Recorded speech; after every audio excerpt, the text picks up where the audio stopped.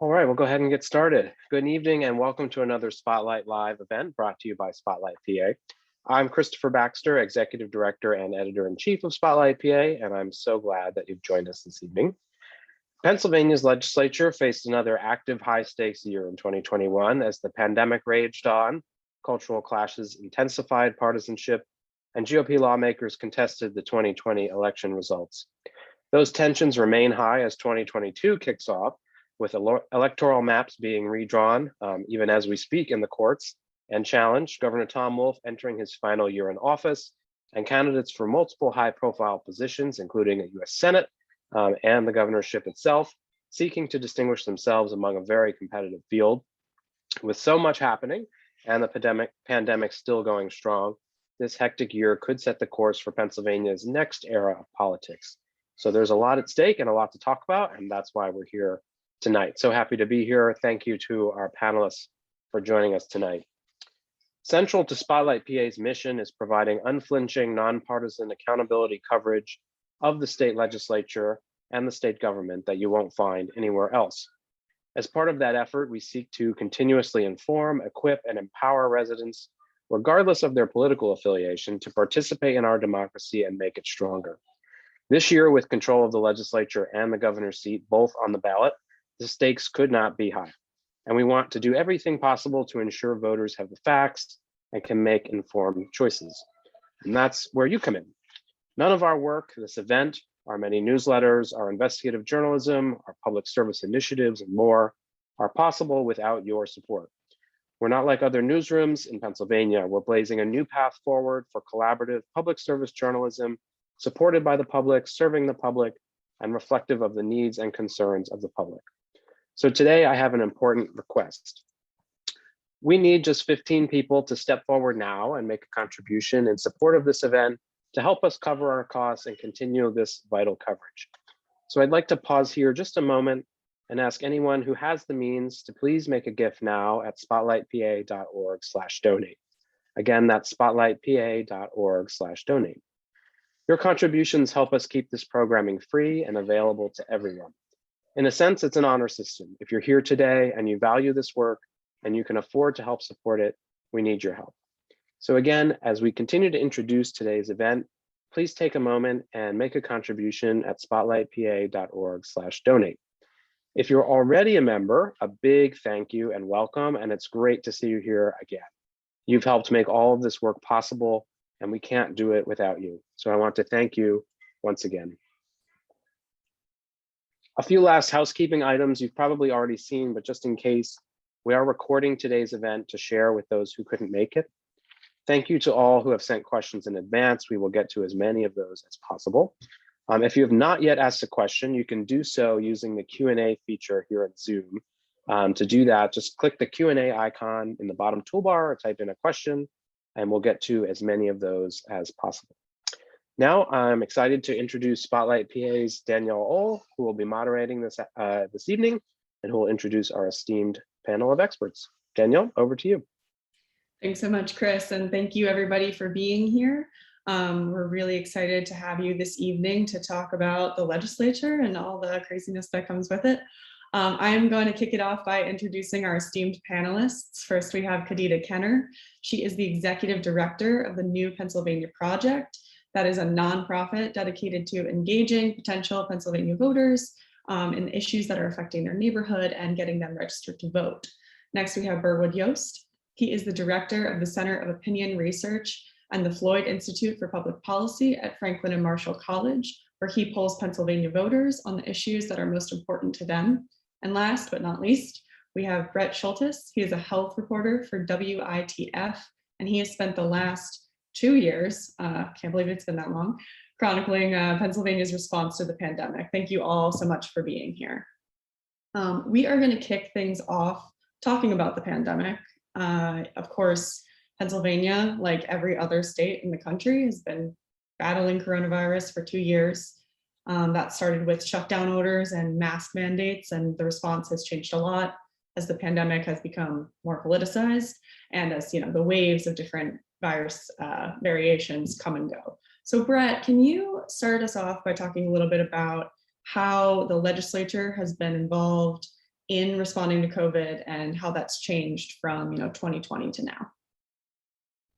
Yeah. I mean, it was interesting going back to 2021, and I'll just say, Danielle, it's really nice to be here and nice to be asked to think about this. It's, often we write the story and then we move onward. And so it was kind of, I have to say, like thinking back to 2021, it made me realize it was almost like 2 years in terms of some of the priorities going on in the legislature, and also just in terms of reporting, because we started 2021 with no widespread availability of the vaccine.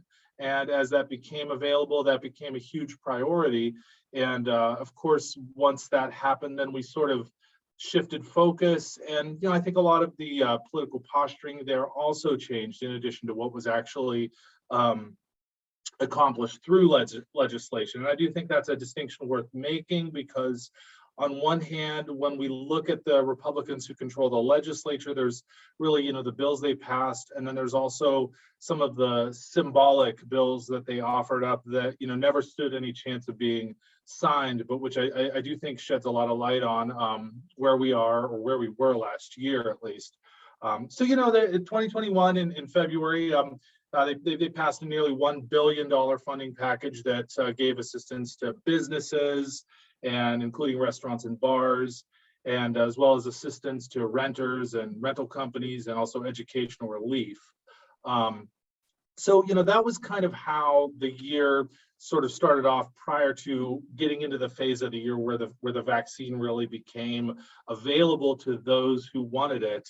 And even then, at that time earlier in the year, it's interesting to look back at the language that was used, and some of the language that continues to be used in the descriptions of that funding package, because I'll just quickly quote from what the Senate Republicans described that package as. Is, it was a way to, quote, cope with the devastation created by the COVID-19 pandemic and the governor's mandated closings and restrictions.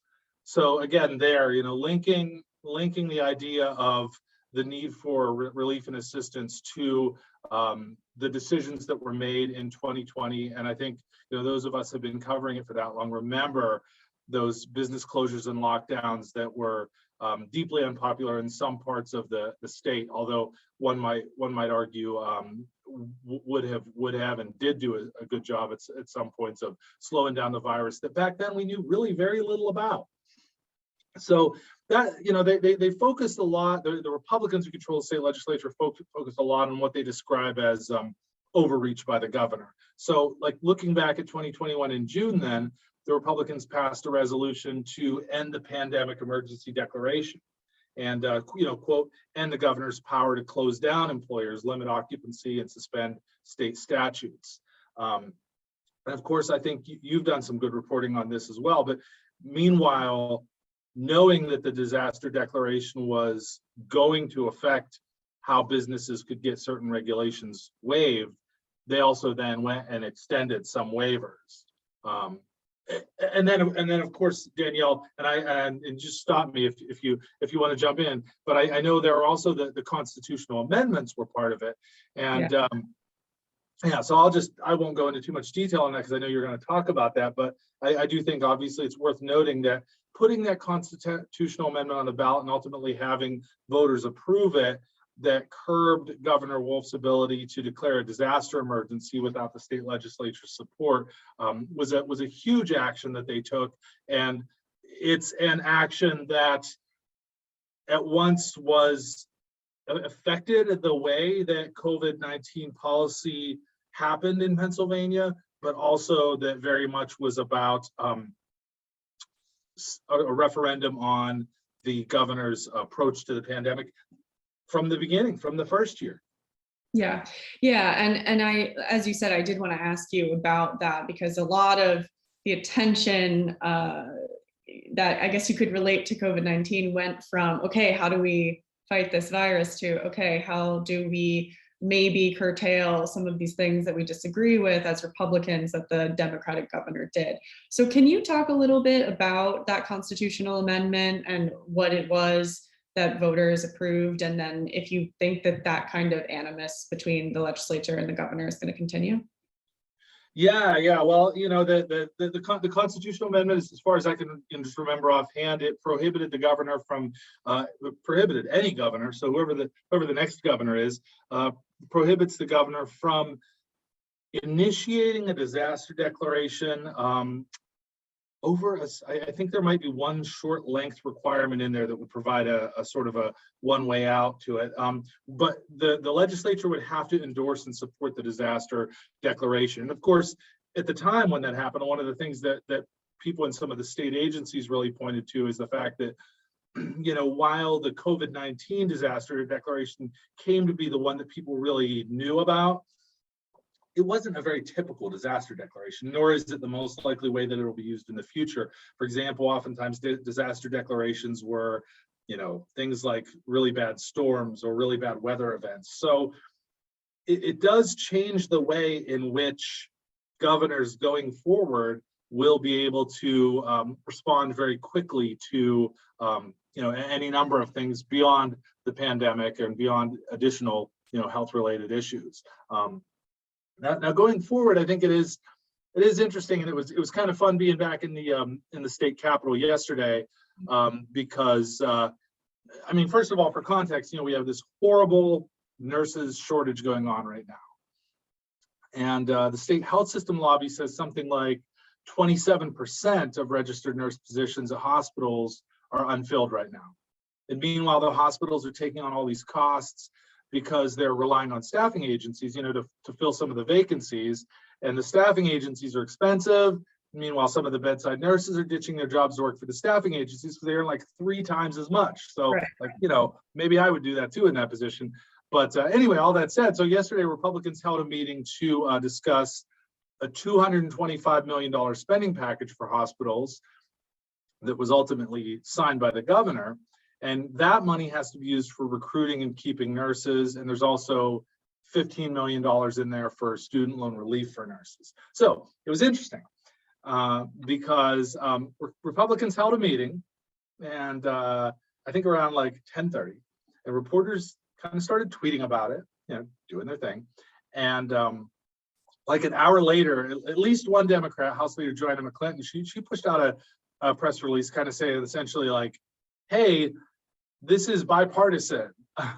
And the next thing you know, by 1 p.m., like Governor Wolf is holding an in-person press conference, and you have Republicans and Democrats standing side by side, calling each other friends, acknowledging their past differences, but saying, that this is what can happen when we come together. And the cynical part of me wants to say, well, this is what happens when the very influential and deep-pocketed hospital and health system lobby comes together. They can bring Republicans and Democrats together. But that said, it was an interesting moment of bipartisanship that would perhaps just look, quotidian or humdrum in another year. But after the kind of agonizing year that we saw in 2021, it did feel like at least a chance for more things to get done. But you will not get me saying that I think it means that more things will get done. That would be a bad decision.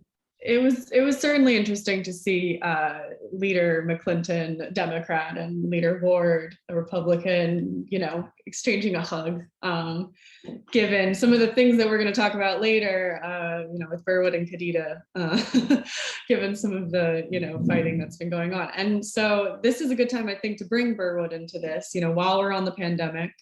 I know it's everybody's least favorite topic, but it is something that the legislature didn't spend a significant amount of time addressing. So Burwood, F&M has been polling Pennsylvania voters on a number of issues for over 15 years, right? So can you quickly just describe that process and why it's so important and why the college is continuing to do it?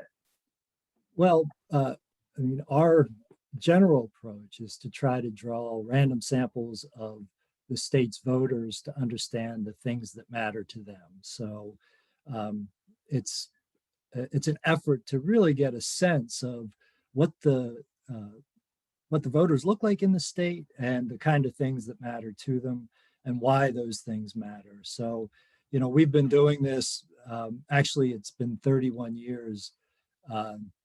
that we've been doing these polls exclusively in Pennsylvania. And, you know, I like to think they're important because they don't channel through various outlets that have an interest in some topic, right? The polls aren't sponsored by one organization or another to prove a point. They're meant to be objective measures of how people are thinking and feeling at the moment, and those things change. But that's why I think they're important. It's a way for us to understand what's top of mind and important to voters. With that said, Danielle, if you want to ask me some specific questions, I mean, obviously COVID was central to much of what people told us about this year was important. I mean, we typically ask a question that at the beginning of our surveys, it just says, you know, what's the most important problem facing Pennsylvania today? And that most important problem often follows the things that are driving the news. And when the COVID rates were high before the vaccines were widely available, you know, that was the big issue. And that was the big issue for much of 2020. Since March, it sort of declined as an issue, but it does return as people as caseloads increase, then you see more people concerned about COVID. So, you know, if there was one thing that throughout the year of 2021 was top of mind for many people, it was concerns about COVID. I think the other thing, though, that we see consistently and have seen consistently over the years, particularly in recent years, is a concern about government and the way that government functions and the way that politics works or doesn't work. And, you know, some of the things that we want to discuss here today, you know, point scoring, posturing, passing things you know won't go anywhere just because you've got a constituency you want to rile up. You know, those are the things that people don't like. And people may be surprised at the amount of consensus that citizens have around certain issues, particularly those around government reform. If you start asking Democrats, Republicans, and independents about things that they'd like to see change, and you want unanimity, things like reforming the way campaigns are financed, reforming the operations of the legislature, reforming the way that we draw congressional maps and district, state house and Senate district maps. Those are all things that majorities of Republicans, Democrats, and independents want to see change. They don't change. And perhaps that's why so often people tell us that government and politics are the problem. Yeah, and let's dig in on that a little bit because, you know, I know that from speaking with you in the past and reading the polls myself, if you take COVID out of it, the things that people continually identify as being a concern are their elected officials, but also the issues that, you know, hit them close to home. So their personal finances, things like unemployment. But what we see in the legislature a lot of times are, you know, some of these, as you mentioned, these bills that aren't really going to go anywhere, you know, things that deal with so-called culture wars, things that deal with abortion, things that deal with gun control. You poll people on those, and can you describe a little bit about where voters say they fall on some of these like more, you know, hot button issues? Well, I think there's a couple of things to say about that, Danielle. The one is that there are some issues where there's just extreme differences between the parties, right? So even if you have a majority, let's say something like marijuana legalization, which over the years has gradually increased, and it's something like 60% of adults now favor legalization of marijuana, but that's still only about 35% of Republicans, right?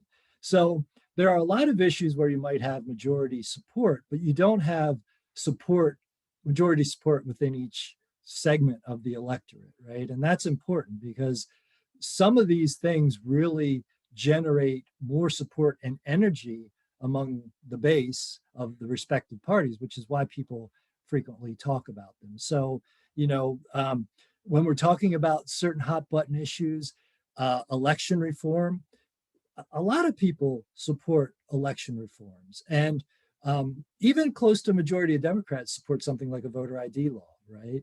So there are elements of election reform that would pass depending on what you're talking about. But there are other things that are absolutely not welcome by certain partisans that are supported by others. And so I think when we talk about certain election reforms, there are some things people support, some things that there's just no consensus on.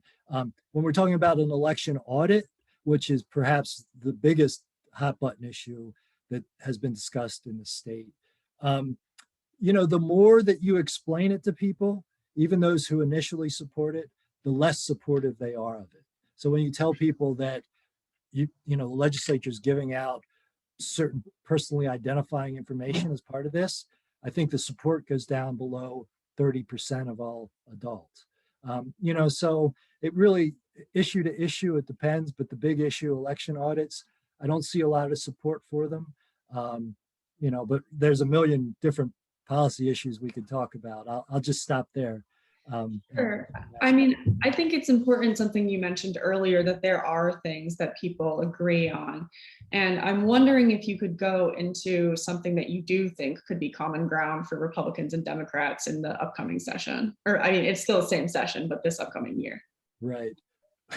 Well, things that can really get done, or, I mean, the things that I'm talking about, like, the size of the legislature. Actually, I saw the very first question in the Q&A today was about the size of the legislature. That's something that people would like to see addressed and changed. I don't think there's any chance that's going to happen, right? So there is a proposed constitutional amendment for it. I don't think it will have any support, but right, that's right. And I'm anxious to hear what Khadija has to say about some of these constitutional amendments. I know from our own work, we write about these things frequently. And most of the time, the people who are deciding this don't represent all of Pennsylvanians. That's one of the major problems I have. I like the idea of using a constitutional amendment if you want to change certain things, but you should do it in an election where most people are going to vote. I think 24% of Democrats and Republicans voted in the last primary on these constitutional amendments. That means a very small portion of Pennsylvanians are voting on these things, right? So that's one of my major concerns. But I think anything having to do with the operations of state government, anything having to do with the way that elections are conducted, there's going to be bipartisan support for those things. But there's been bipartisan support for a long time and nothing's happened. Yeah, I think that this is a good place to bring Khadija in. And Khadija, if you will let me, I'm going to flip the order of the things we were going to talk about, because constitutional amendments have come up a couple times now, and they are something that the legislature spent a lot of time on this year. Can you kind of take it back to basics for us? What is a constitutional amendment? How does this process work? And how does it interface with, the average Pennsylvanians? All right, here it goes. Constitutional Amendments 101. So I'm going to give the 101 because there's so many that have been happening, particularly in the last year and a half. I think in your reporting, Danielle, you pointed to almost 70 constitutional amendments being proposed by the state legislature. That is a lot of constitutional amendments. So a constitutional amendment is a workaround. If you could not get your bill passed with bipartisan support, and you can't get it past the governor's veto pen, then the only other way that you can get your legislation moved would be to present it to the voters, of which Berwood mentioned, most likely is less than 25% of the electorate, especially if you're trying to move these constitutional amendments in what some consider an off-year election in a primary.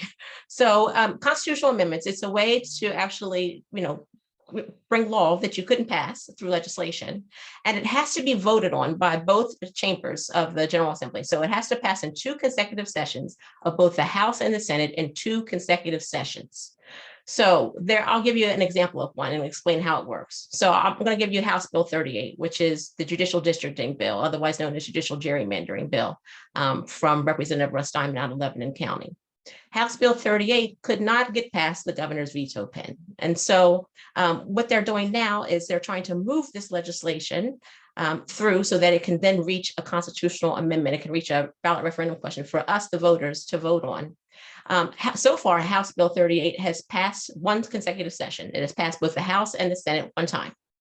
If it can do that one more time, let's say before the middle of February, we could actually see that on our May ballot this coming May, where the voters will get to vote on whether or not we vote for our appellate court judges in statewide elections or in districts that the legislators would actually draw. And we know what happens if we leave the lines to legislators to draw.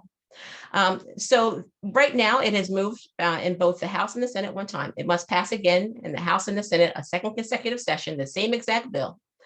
And if it does that, then we will see that on our ballot. So that's one example. It's a workaround. It's an opportunity to kind of trick the voters because, we elect legislators to move legislation, create legislation, pass legislation. And it's unfortunate when a good bill, when good legislation can't happen and they throw it to voters and off-year elections. So that the least amount of voters can actually vote on a bill that's going to change our Pennsylvania Constitution. It's going to change the Constitution. Yeah. And we have very little recourse, voters, after this changed in the Pennsylvania Constitution. It's very little recourse that we can have to course correct any errors that are made. Yeah, we had a reader, Arlene M., write in and tell us that she has been an election judge for 15 years, which is a very impressive, dedication to our democracy. But she also mentioned that, voters are surprised by ballot questions and they don't really quite know what they are. Khadija, you do a lot of work going out into, Pennsylvania, into neighborhoods. Is this something that you've seen as well? I mean, do people know, that they could be changing the constitution of the state when they go? No, you're shaking your head. No, we're talking to Pennsylvanians, whether it's in Bucks County or Montgomery County or Allegheny County, they're more concerned about putting food on the table, finding affordable housing, and making sure that they have childcare so that moms and dads can get to work. And so what's happening in state government around constitutional amendments is not the foremost in their minds in this moment. And so, but that's where we come in and providing this education at the doors so that people have an understanding of what is happening in state government. We were knocking doors last year for the 2021 election, trying to get folks registered to vote. And I can't tell you how many we came across who had no idea there was even an election. They may have thought that those yard signs they saw were from 2020. So this is kind of where we are. And, a lot of us that are watching this today or watching Spotlight today, we're in this bubble and we kind of know what's happening. But the average of Pennsylvania is not staying up on these issues the way in which many of you who are watching this today are. Yeah. And, I do want to ask, when you went to those voters last year, what are the issues that you kind of come in, because these are sometimes people who are not voters, right? They don't know that there's an election. What are the issues that you're seeing that need help from the legislature to be fixed as far as access to the polls? Yeah, in terms of access to the polls, there's many things that if we're going to have some election reform, let's make sure the election reform is going to help the people, particularly the folks that we're trying to mobilize and get registered to vote, particularly in communities of color. So when we're talking to communities in Norristown or in Chester or out in Penn Hills, Monroeville, Allegheny County, it's a lot of the similar issues that they're experiencing. It could be, suburban PA or even rural PA. The pocketbook issues are the issues that are concerning to them. And so when we're talking about voting rights, if that subject comes up, if that was going to mobilize someone to actually join the electorate for the first time ever as a 37-year-old, then we're talking about the fact that we need to make access to the ballot easier, not harder, not put additional barriers in front of folks.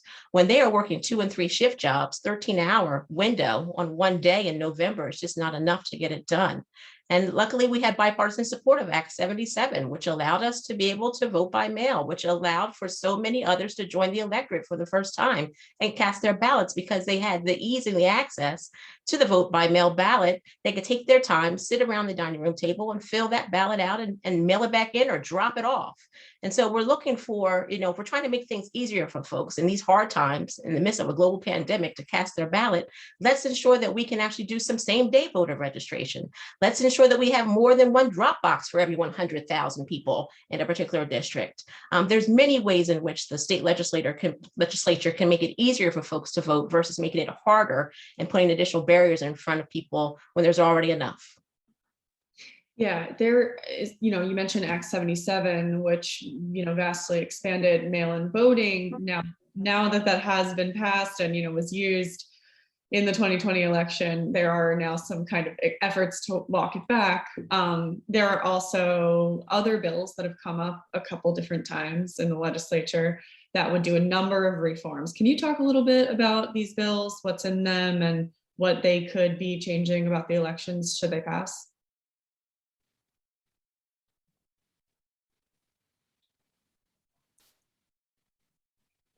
Kadita.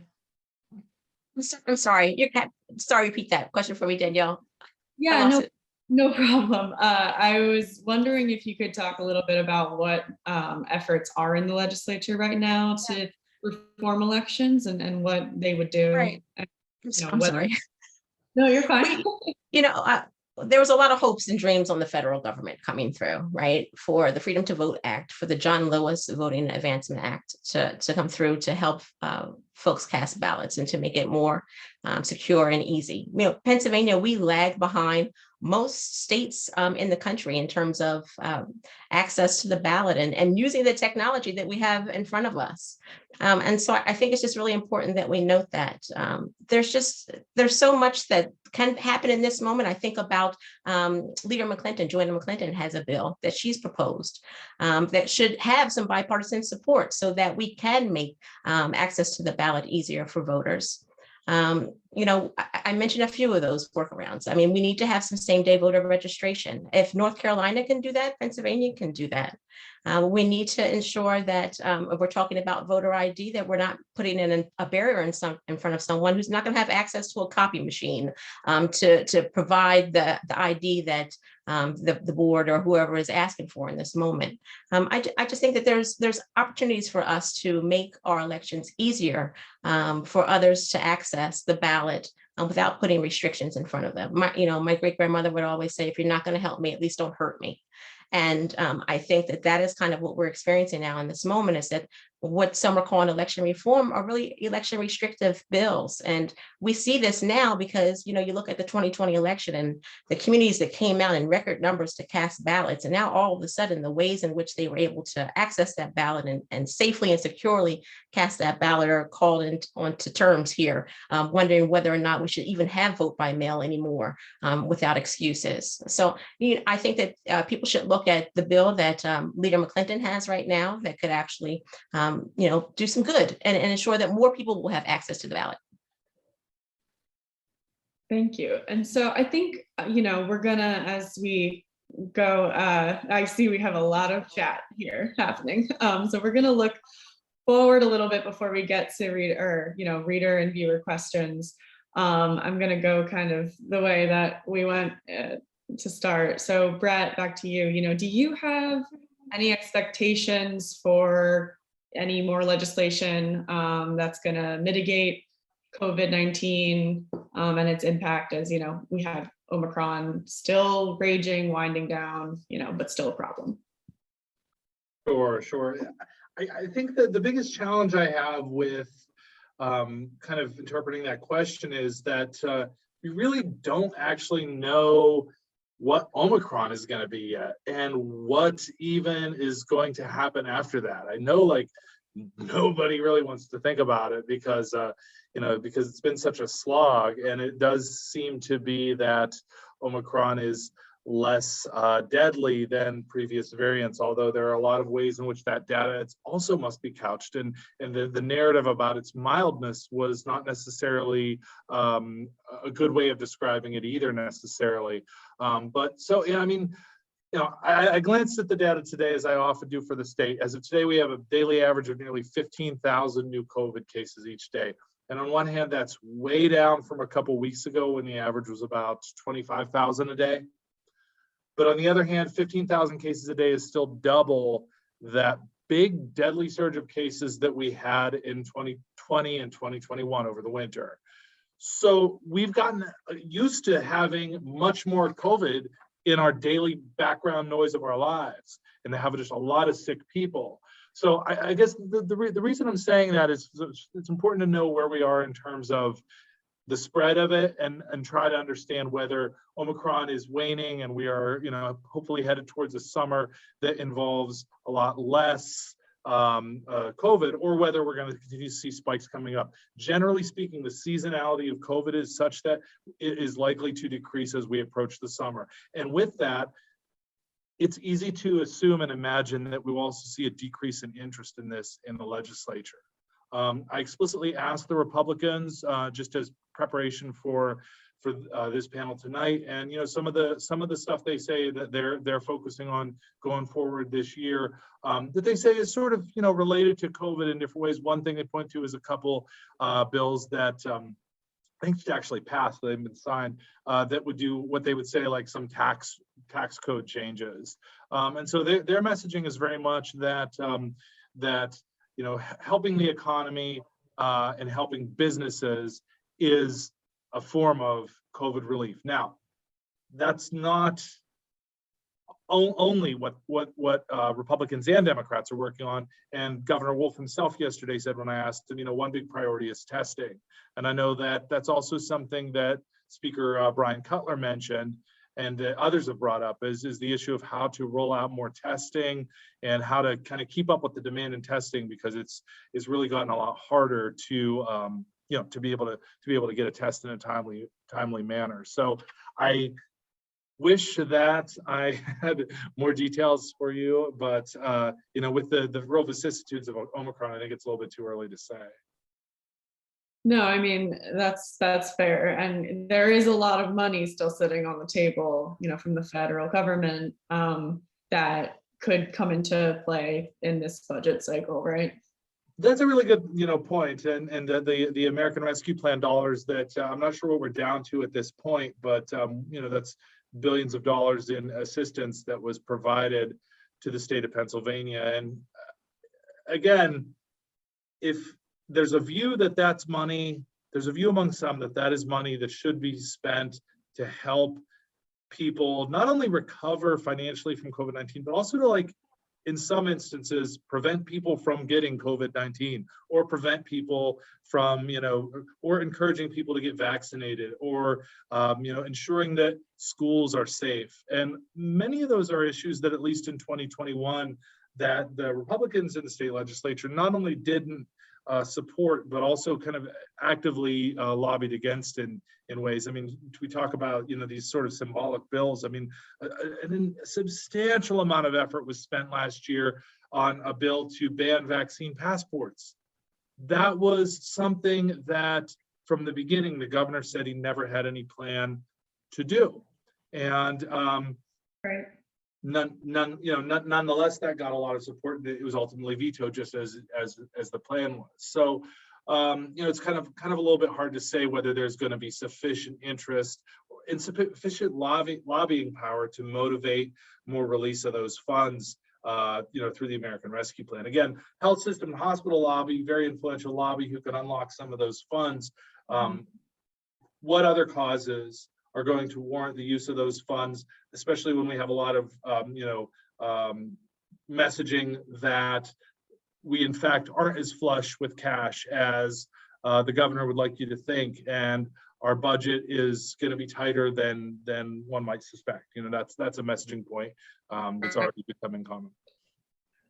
We have reader questions rolling in, but I want to quickly try to get to a couple of things with the panelists before we get to those. So Burwood, quickly, when is the next round of your issues polling, and are there any topics that have kind of arisen since the last round that you are paying particular attention to? Well, our next poll should be out in early March. We're working on a questionnaire now.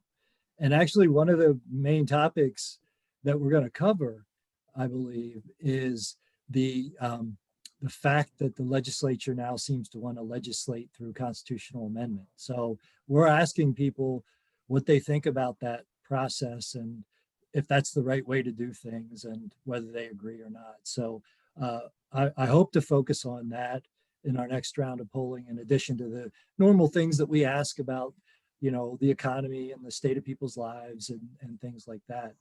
I would like to circle back 1 second to some of the things that Khadija was saying about the constitutional amendment too.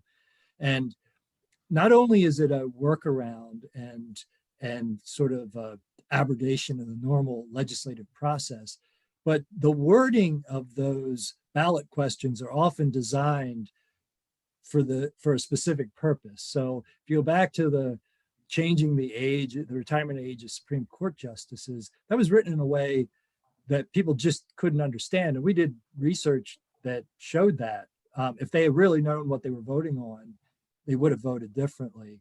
And you can say the same about these recent constitutional amendments, even though they passed. So, you know, the cynicism that underlies this is pretty severe. But the last thing I would say, because we've all spent today being cynical and bashing the legislature, is that they have done some things that are important and are valuable, right? They expanded the PACENet program last year, and that's an important program for seniors related to prescription medication. They created a broadband development authority, which could have significant impact across the state in terms of economic development. You know, so there are times like, you know, maybe prescription drugs for seniors and broadband for everyone, they aren't politicized and so they get passed. So I think it tells us there are times that good things can happen, and they do, but too often the sideshows dominate our coverage and our thinking. Yeah, it's a really good point. And we have a question about, you know, how can we get more support for things that are not politicized? You know, they're not political. They're those pocketbook issues that Khadija was mentioning. I do, before we get to that, want to ask you, Khadija, you know, right now we've mentioned we have elections coming up. There's one in May. There's a gubernatorial, you know, primary, and then the general in November. Should voters be expecting, you know, these changes that we're talking about, are they going to come potentially before then? Or, you know, is there any change in how people are going to be able to vote in May and in November? We're talking about the good news. The good news is that our ways in which we can cast ballots are still intact in this moment. The governor and the attorney general have done a tremendous job in making sure that our right to vote is intact for the 2022 election. And so I think that's really important to note, is that all these constitutional amendments we're talking about, very few of them hopefully will make the May primary ballot. If any at all. So you may not have, you know, the options to vote on any of these that are coming along the path, because they have not, you know, reached where they need to go to get through two consecutive sessions. So you're probably not going to see too many constitutional amendments here in May. But, you know, I think that is the good news, is that we have still the right to vote here in the Commonwealth, and that we still have voting by mail. And we're still going to have places in which you can drop off your ballot, and still opportunities to vote early in those ways. And so, you know, we want to make sure that everyone who has the right to vote in the Commonwealth gets out and casts their ballot in May. This is when you get an opportunity to make your voice heard and select the candidate of your choice that will go forward for the November election. There are 2 elections every year in the Commonwealth, and as long as we're still going to have a primary on May 17th, you know, we want everybody to get out there and cast their ballot on that day. Great. So I am going to go over to some reader questions. I know you guys have been chomping at the bit. We had a couple submitted ahead of time. So one is from William M. He wants to know if there is any political will to eliminate burdensome school taxes in Pennsylvania for older folks. Perhaps this could be done with the legalization of cannabis, helping the citizens of PA, he says. Burwood, I know that you found that there is actually some support in Pennsylvania for the legalization of cannabis. I don't know if you've ever asked about school taxes. I know I can say, and Khadija, Brett, Burwood, let me know if you have any thoughts. One of those constitutional amendments that we've been talking about actually does do this, would remove the property taxes imposed by school districts. But again, you know, the amendments that have been moving through the process and that have the political buy-in are the ones that are more around limiting the governor's power, limiting some things around the Supreme Court and changing the way that the Supreme Court and the appellate courts that are statewide elected would be, elected to judicial districts. So I don't know if there's any political will for that, but I do know that there is a proposed constitutional amendment around it. I don't know. From a public opinion standpoint, yes, there's majority support, as I said, for cannabis legalization, for legal marijuana, although it's a smaller portion of Republicans and a majority. But in past polling, there's no more hated tax than property taxes. I mean, if there's a truism in Pennsylvania politics, it's people hate property taxes. But I do believe one of the constitutional amendments that failed was back in during the Casey administration, an effort to change property taxes. So, that's always been sort of something that people have aspired to, but nobody's ever really been able to crack the code about how you do it in a way that people trust will actually work. Because as much as people hate it, I think they like that it is local, and they don't trust that money instead going to Harrisburg and being redistributed throughout the state. That seems to be the hang up when we think about public opinion. Gotcha. We also have a question from Star C. She points out that this week, 2 House representatives introduced a measure that would require constitutional amendments to receive 2/3 majority when voted on by the legislature. Right now, it just needs a simple majority.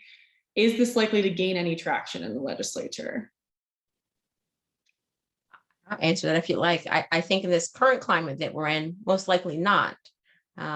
It's in North Carolina, for instance, they need to have 2/3. It has to pass 2/3 so that you have some bipartisan support there before it actually reaches the ballot. I think that that's some important legislation that could happen here in Pennsylvania. I think it needs to have more than 50+1 to get it across that finish line. I think it should have some bipartisan support if it's going to change our Pennsylvania Constitution. And us as Pennsylvanians will have little recourse to change that later on.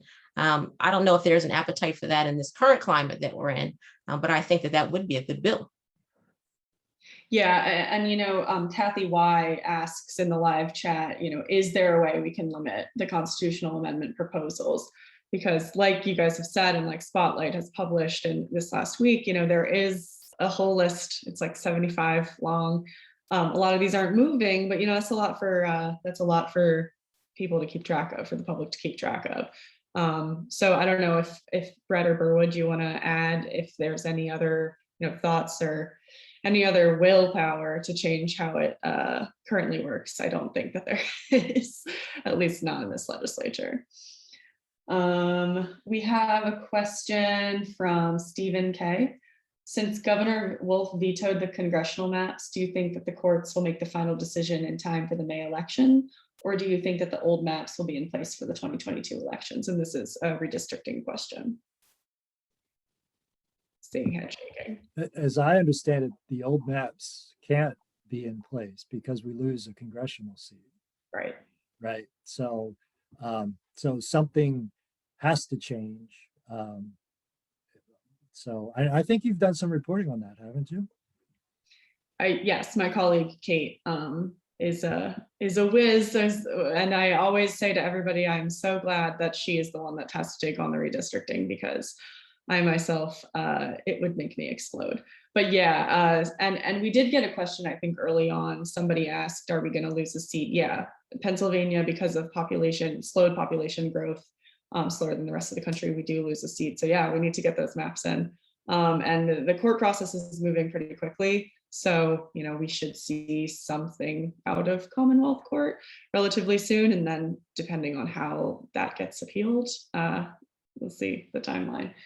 We have a question from Logan W. Not only are legislators governing by constitutional amendments, they're governing by preemption, taking away the authority of local elected officials. Do you foresee an uptick in preemption laws this year?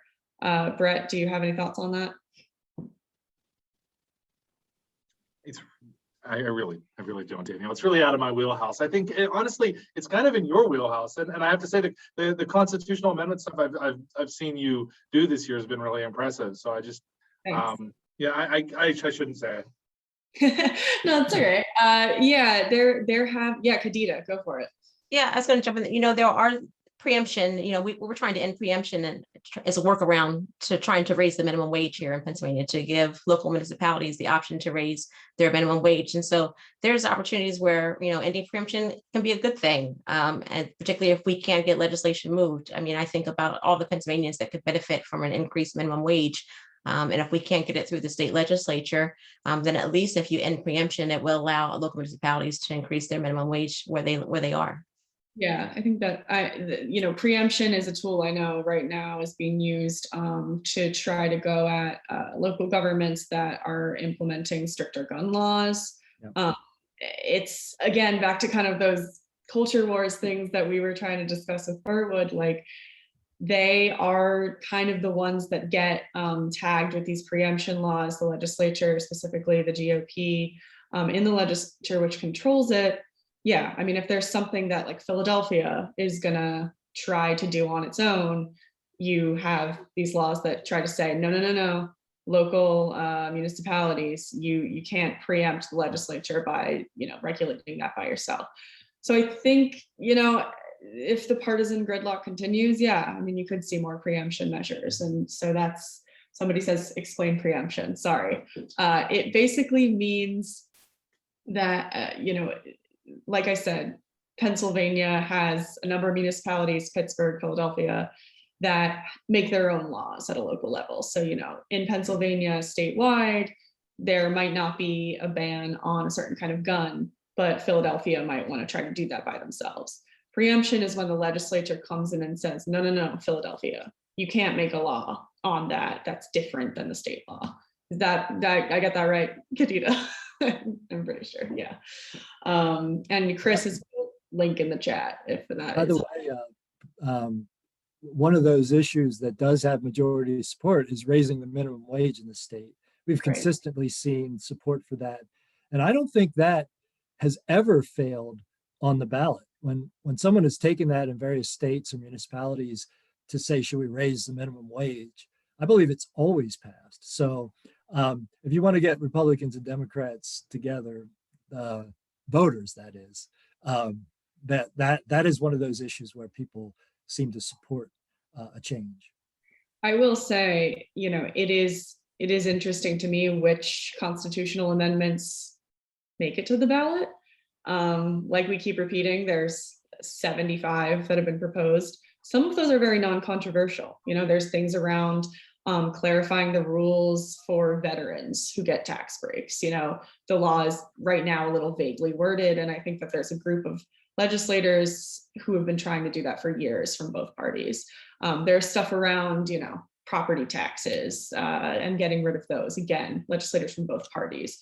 But things that end up landing on the ballot are things that have the Republican support behind them. So I can say this too about that. It's also about the money that comes in to help move this legislation. I mean, when you have dark money sources who are trying to push legislation, then you'll see that move faster than bills that are actually here to help people in their daily lives.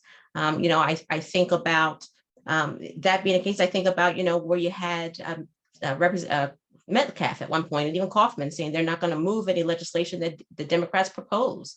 I mean, some of these constitutional amendments are there because they can't get them called to the table to be heard by a committee. So I think that's a big point in this moment as well. Yeah. Well, I see that we are running short on time, so I'm going to put one last question to our panelists. Is there anything that you guys are following this year or you think our readers should know about the state legislature as we go into 2022? And I'll kick it to Brett first. Yeah, I'm glad you asked, Danielle. And it kind of actually reminds me of what Khadija was just saying about the difference between something that has popular support or that has the right sort of people backing it. This is something that I'm mostly interested in just because it's an exercise in how do you say, just watching what happens with the bill. So there's something, and I don't, have any reason to believe that it'll go anywhere, but there's something that's been in the House Health Committee since last February called the Patient Safety Act. I think this is a great example of it. And so this is something that has more than 105 co-sponsors. It has two moderate Republicans as the prime sponsors on it as the co-signers. It has Democrats and Republicans supporting it. And it's what the bill essentially does is it requires minimum staffing ratios for nurses. So, right now, if you're a nurse, you may find that you have a lot more patients than you think you can handle, whether you're in a hospital environment or a non-acute environment. And this would change that. Nurses and the big nurses unions that have thousands of members very much have been calling up for this for years. The hospital lobby does not like it. Right. Health systems do not like it. And so basically, it's a great example of something that has been in Kathy Rapp's health committee since February. And she's made it very clear that she says it would bankrupt rural hospitals and that therefore it's never going to leave her committee. One of my colleagues did some interesting work also on how difficult it can be to get a bill once it gets put in a committee to just exist in perpetuity and never go anywhere until the end of session. There is a way to pull it out, but it's quite difficult to do and requires, I think, 2/3 support. So it's an interesting look into the ways in which the people are or are not served. The people, I guess in this case, just being nurses rather than health systems by a piece of legislation. So something I've been looking at the past few days. Yeah, absolutely. Something that I'm keeping an eye on as well. We have 2 minutes left. So Khadija, if you want to go for a minute on something that you'll be looking at, and then Burwood, you'll end it off. We're looking at getting everyone who's eligible to vote to the polls on November 7th, or May 17th first, and then the November election. There are more than 1.1 million Pennsylvanians who are eligible to vote but not registered here in the Commonwealth. We want to get them to the polls. This election is so important. 2022 is so important. What the governor does matters for us. What our U.S. senators will do will matter for us, particularly as we're trying to put now, hopefully, a Black woman on the United States Supreme Court, and what the U.S. senators' roles is in that. I'm also thinking about our state General Assembly and the fact that we're going to get to elect or put in someone else into position every single one of our state representatives and half of our state senators. This is an opportunity for us to bring about the change that we want to see so that we can see our needs being met in the communities in which we're engaging. So just looking forward to everybody out there casting their ballots in May. Great, thanks so much. Burwood? Well, obviously, we to follow up on what Khadija said, we're interested in the election this year, the midterm elections, just because of the stakes, right? Pennsylvania is going to be central to the Senate, control of the U.S. Senate, may play a role in the House of Representatives, whether it stays in the Democratic column or not. So, we're going to really be focused on trying to understand the context of the election. How are different aspects of people's lives influencing their decisions about whether even they're going to vote. I think apathy is a huge problem. Voter turnout has been higher in recent elections, but it isn't where it needs to be. And so, we're going to be focused on these elections, trying to understand the dynamics and the context, and just in the hope that people will get out and vote because they need to, because this is, they don't get any more important than this. Yeah, great note to end on. Well, thank you, panelists, so much. This has been great. And thank you, everybody in the audience, for joining us. I think that about wraps it up. Thanks again, everyone. We're at the end of our time here together this evening, and I want to thank Danielle and the entire panel for a great discussion. And as we, central to our mission at Spotlight PA is ensuring Pennsylvanians in all corners of the state, regardless of their financial resources, have access to trusted, nonpartisan, fact-based journalism to be informed, equipped, and empowered in everyday life. So as we always say at the end of our events, this conversation really was just a beginning. Regardless of where you stand on the issues discussed or the candidates up for a vote this year, please, please, please take what you learned today, continue to get informed, talk to your elected officials and neighbors, and continue to be engaged in our great state. And we at Spotlight PA will be there every step of the way with the facts. Today's event was a free public service provided by Spotlight PA, and so this is the final time I'd like to remind any of you who have not yet made a contribution in support of this event and are able to do so. You can do it now by going to spotlightpa.org/donate. Again, that's spotlightpa.org/donate. Thanks again to everyone who has contributed today or who was already a member. You make all of this work possible. And I want to say a big thank you again to Danielle and our panelists for discussing these issues today. And as I mentioned in the chat, a lot of interest in constitutional amendments. Just yesterday, we announced an initiative for the year where we will be more focused on constitutional amendments, raising awareness, educating the public, and helping folks navigate that issue. So more to come on that. With that, I want to wish everyone a great evening and a great end to your week and a great weekend. And we hope to see you all soon.